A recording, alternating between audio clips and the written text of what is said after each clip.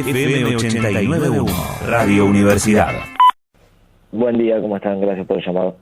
Bueno, la verdad que chusmeando un poco, ¿no? El informe y demás, vemos, ¿no? Como distintos ejes, lo que tiene que ver con plan de seguridad, con inversión en educación, con programas de empleo, con respecto a las necesidades, ¿no? Lo que falta. Y al mejorar el transporte, el apoyo a las pymes, programas de vivienda, bueno, mejor atención al vecino, mejor espacio público, programas sociales. ¿Qué fue de todo esto lo que más te hizo ruido en cuanto a qué necesita la ciudad para estar mejor? Mira, cuando preguntamos principal preocupación, viene apareciendo la inflación en primer lugar en Ciudad de Buenos Aires, en provincia, a nivel nacional, eso queda claro. Después, nosotros lo que hacemos es plantearle a los encuestados cuáles serían sus principales demandas, por decirlo de alguna manera. ¿Qué necesita la ciudad, en este caso de Buenos Aires, para que los vecinos vivan mejor? Aparece en primer lugar la cuestión de la seguridad. Creo que esto de alguna manera está un poco invisibilizado, no es uno de los temas que se problematiza demasiado, no está en la agenda política o mediática en relación a la ciudad de Buenos Aires. Eso podría ser un hallazgo.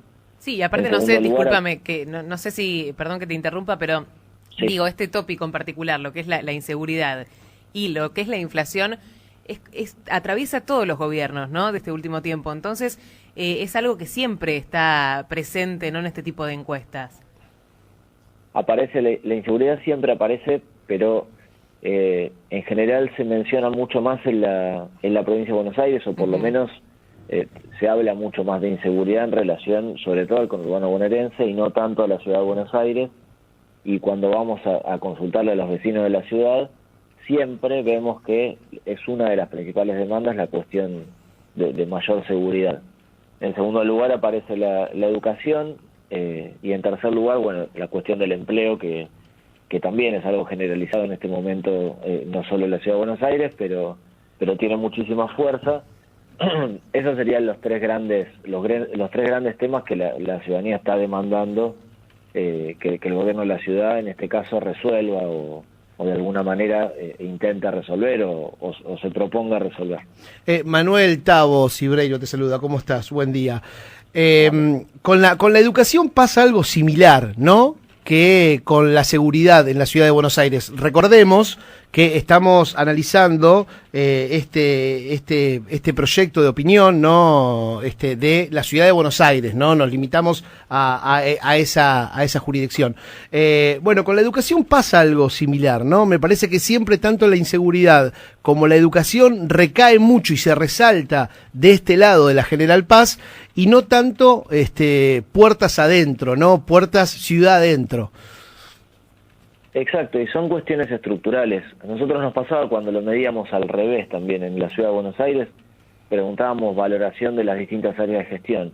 Las cuestiones estructurales, la cuestión de la seguridad, de la educación, de la salud, de la vivienda, no son bien valoradas en relación a la gestión del gobierno de Horacio Rodríguez Larreta. Sí son bien valoradas la cuestión del espacio público, quizás del transporte, lo que tiene que ver más con, por decirlo de alguna manera, el maquillaje de la ciudad. Cuando vamos a lo estructural hay una demanda social muy fuerte y quizás no está tan tematizada, como decía antes, en los grandes medios de comunicación. No se habla mucho de estas demandas sociales y en general se dice o se simplifica y se dice que Larreta es un gran gestor, que la ciudad de Buenos Aires está muy bien gestionada, pero hay demandas de fondo que no están siendo resueltas. Recién hablabas del espacio público, ¿no?, como una fortaleza del gobierno de Larreta, y en los últimos tiempos se puso como en agenda, ¿no?, qué hace la ciudad con el espacio público, ¿no? Las torres ahí en Costanera, las torres también en lo que sería la ex ciudad deportiva de Boca Juniors. Bueno, como que se puso en agenda. ¿Se modificó algo desde que se empezó a hablar más o más o menos está dentro de los números históricos de aprobación? Y empezó a haber un ruido ahí a partir de esos movimientos. Lo que sí hay que destacar que eso se puso en agenda con mucho esfuerzo de la ciudadanía, se puso en agenda desde abajo, la gente se empezó a organizar como podía, ¿no? Eso circulaba de boca en boca, bueno, con las redes sociales. Hubo un esfuerzo ciudadano por problematizar esas cuestiones y evitar que suceda lo que el gobierno de la ciudad había decidido que iba a suceder.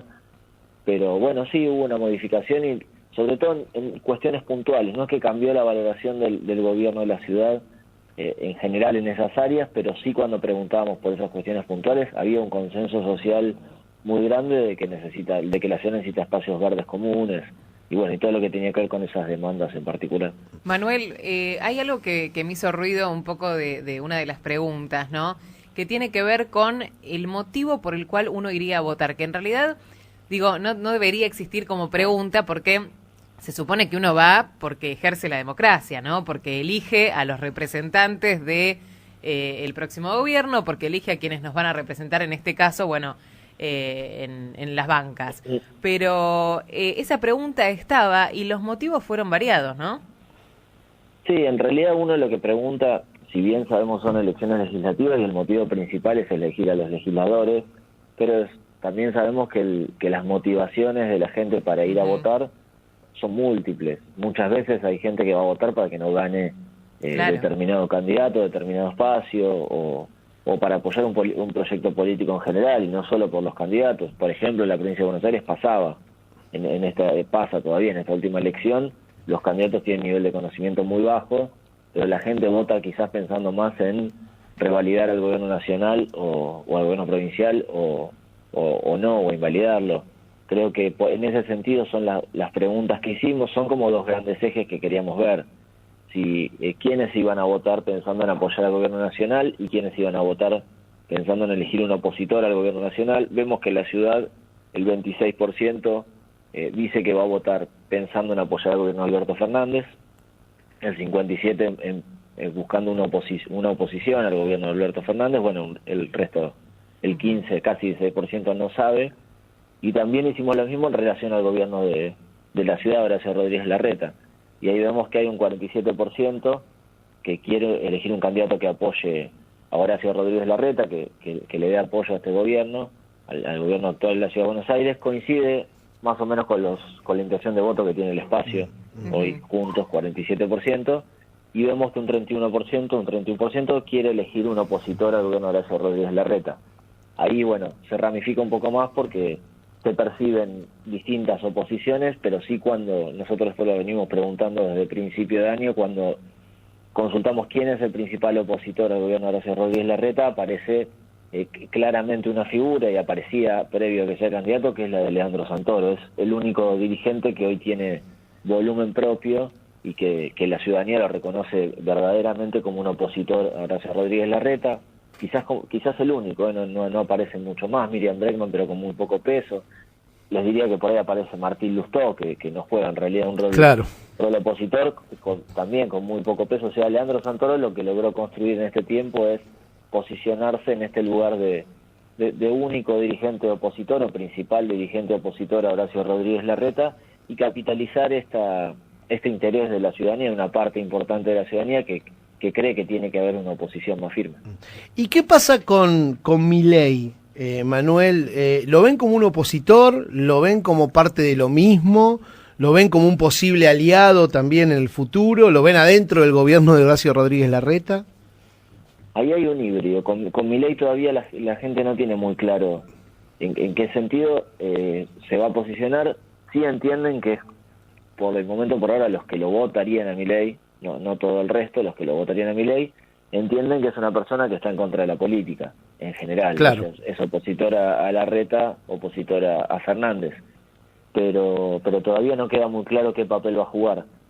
Se está hablando igual de los que lo van a votar o de los que nos dicen que lo van a votar. El resto no confía demasiado en Milei, no es un candidato que tenga niveles de imagen muy altos, Milei. Tiene sí en un sector de la ciudadanía cierta pregnancia, cierta aprobación, pero todavía esa aprobación es minoritaria. Claro, todavía está como en esa etapa de novedad, fenómeno, ¿no? Que tendrá que después que rivalidar en próximas elecciones. Me parece que desde lo científico, ¿no? Se lo puede poner un poco ahí, ¿no? A Milei, a la hora del análisis, digo. Hoy es de alguna manera la novedad. Él hizo todo un trabajo para presentarse así. Es un candidato con muchísimo recorrido mediático, es el candidato que más minutos de tele tuvo. Tiene un trabajo en redes fenomenal y muy bien hecho, muy profesional. Y bueno, él se presenta como novedad. supuestamente de afuera de la política. Esto es lo que trataron de refutar, se vio en el debate, tanto Miriam Bregman como Santoro, mostrar que no es en realidad una novedad, tratar de romper ese mito que está intentando construir.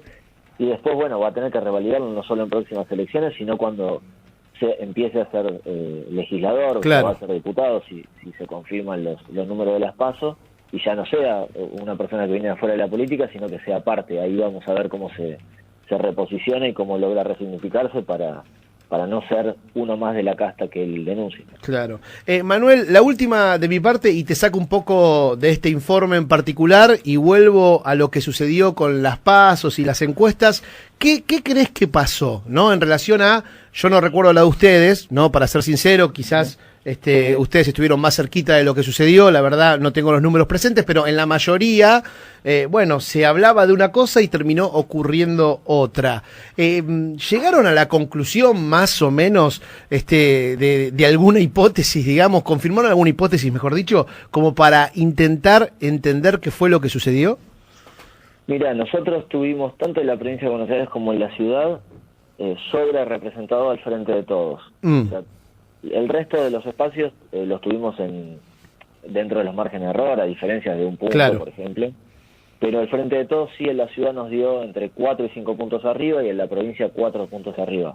Pasaba algo, o sea, que a mi entender no fallaron las encuestas, en todo caso fallan muchas veces los análisis de los analistas nuestros, de otros consultores. Eso hay que tenerlo claro, porque en esta elección sobre todo hay un fenómeno muy, muy contundente, que eran los niveles indecisos altísimos, o sea, más de un 20% que te decía una semana de la elección que no sabía quién iba a votar. Claro. Y entonces uno tiene que inferir a quién van a votar. ¿Cómo lo hace? Preguntándole qué imagen tiene distintos candidatos, a quién votó en la elección anterior, cuál es su probabilidad para no forzarlo a responder, de votar a cierto espacio.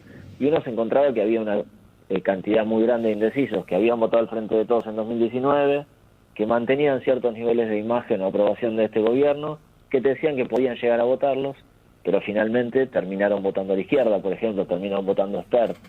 Así que me parece que en ese sentido hubo un corrimiento a último momento, que fue lo que hizo, por ejemplo, que creciera la izquierda como creció, en esas dimensiones, que fue lo que hizo que creciera el voto en blanco también, en niveles muy altos. La provincia de Buenos Aires fue la tercera fuerza, aunque esto lo veníamos marcando, y también o se fueran espacios que no entraron en las PASO. Hubo en provincia de Buenos Aires 10 puntos a espacios que sacaron menos de 1.5, 6 puntos en la ciudad de Buenos Aires. Creo que a veces es muy difícil pedirle a las encuestas que de alguna manera adivinen lo que va a hacer la gente, porque la gente no lo tiene muy decidido, y eso se vio, era muy palpable en esta elección. También mucha gente que finalmente no fue a votar. Claro. Y hubo niveles muy bajos de participación.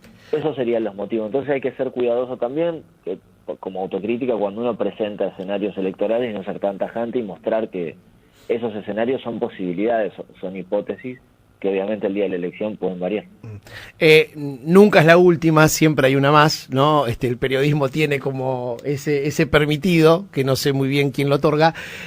Manuel, ¿qué están viendo para noviembre? ¿Qué están viendo para las reales, digamos, para las elecciones reales? ¿Crees que el oficialismo nacional puede recuperar algunos puntos en relación a esto que bien decías vos, ¿no? Mucho ausentismo, mucho voto en blanco, mucho voto que se fueron a espacios que no entraron en la elección final. ¿Crees que se está trabajando ahí y que puede recuperar algún puntito como para acercarse? Mira, es cierto que esto que marcás, y venía diciendo yo, es así. Hay muchos puntos en disputa, tanto en la provincia, en la ciudad, como a nivel nacional. Mucha gente que no fue a votar. Nosotros hemos analizado en un estudio que hicimos con la consultora X también el perfil de estas personas que no habían ido a votar y que sí habían votado al frente de todos en 2019. Nos enfocamos directamente en ese universo y veíamos que tenían ciertas características. Primero, estaban muy preocupados por la inflación y el empleo, que son personas de nivel socioeconómico medio en general, no totalmente, pero una gran mayoría, un 70%, personas de nivel socioeconómico medio bajo, trabajadores independientes, trabajadores por cuenta propia, trabajadores no registrados o desocupados. La mayor parte de ese universo que decidió no ir a votar, que no estaba motivado para ir a votar, tiene estas características. creo que el gobierno está intentando llegar a ellos. Creo que está tratando de conversar con ellos. Hay una campaña de mayor cercanía, más activa. Vamos a ver en qué medida puede convencerlos para que vayan a votar y los voten. Eso todavía, la verdad, no lo sabemos y no va a ser tan fácil determinarlo porque se hablaba previo a la elección Paso de cierta apatía, nosotros lo veíamos, y sobre todo esa apatía estaba puesta en estos sectores que no quieren volver al pasado, no quieren votar a Juntos, pero tampoco están conformes con este gobierno, y bueno, veremos qué pasa. La verdad, tampoco quiero hacer un pronóstico. No, claramente. Hacen falta herramientas para analizarlo. Manuel, lo último tiene que ver con la transferencia de los votos, ¿no? Imagino que es algo que quizás no te sorprendió tanto a esta instancia, como sí sorprendieron estos números de los cuales, bueno, Tavo hacía referencia recién, ¿no? Quizás las encuestas daban otra cosa, finalmente terminó pasando una diferente en las pasos, pero en cuanto a las generales, hacia dónde migran los votos, más o menos va todo encarrilado para el mismo lugar. Sí, hay un escenario, hablando de la ciudad de Buenos Aires, ¿no? Que es este estudio, un escenario estable, no hay grandes alteraciones en el escenario electoral. Los votos de María Eugenia Vidal de las PASO se mantienen en María Eugenia Vidal, casi en su totalidad. Los votos de López Murphy casi en su totalidad se mantienen en la interna de Juntos. Hay una pequeña parte que estaría migrando a Javier Milei. Los votos de Santoro se mantienen en el Frente de Todos. O sea, el que votó en las PASO Santoro lo volvería a votar en las generales. Los votos de Milei se mantienen. Una pequeña parte también dice que podría votar a María Eugenia Vidal. O sea que hay ahí una competencia mano a mano por ver quién se lleva algunos puntos entre Juntos y el espacio libertario. Bueno, la izquierda también haría un buen papel, quizás algún punto de la izquierda podría ir a Santoro, pero vemos que el escenario está ordenado como quedó en las PASO. Vidal primera, seguramente supere el 45%, y quizás veremos si llega al 50%, que es uno de los objetivos que tienen desde su espacio. Santoro se mantiene en 23 puntos, sacó 24, veremos si con los indecisos puede sumar algo más. Milei sí tuvo un crecimiento, pero no tan significativo como por ahí marcaron en algunos momentos la semana pasada en algunos medios, que estaba superando los 20 puntos. Nosotros lo tenemos en 16, 3 puntos arriba de lo que había sacado. Veremos si sigue creciendo o no. O sea, el fenómeno de Milei es un fenómeno que viene creciendo. Si uno agarra analiza la curva de crecimiento de Milei, en mayo estaba en 3 puntos y están en 16. O sea, hay un fenómeno de crecimiento, pero también ese fenómeno tiene un techo, y sobre todo tiene un techo en los votantes de Juntos, que es el electorado que intenta seducir, y están en su mayoría muy convencidos de votar a María Eugenia Vidal. Después, bueno, Miriam Bregman, y en quinto lugar Zamora. Todavía hay un nivel de indecisos no tan alto como en las PASO, estamos hablando de entre 7 y 8%, pero todavía es un nivel de indecisos que puede hacer variar en alguna medida el escenario. De todas maneras, por ahora vemos estabilidad y las posiciones se mantienen como fueron las de la última elección. Manuel, gracias.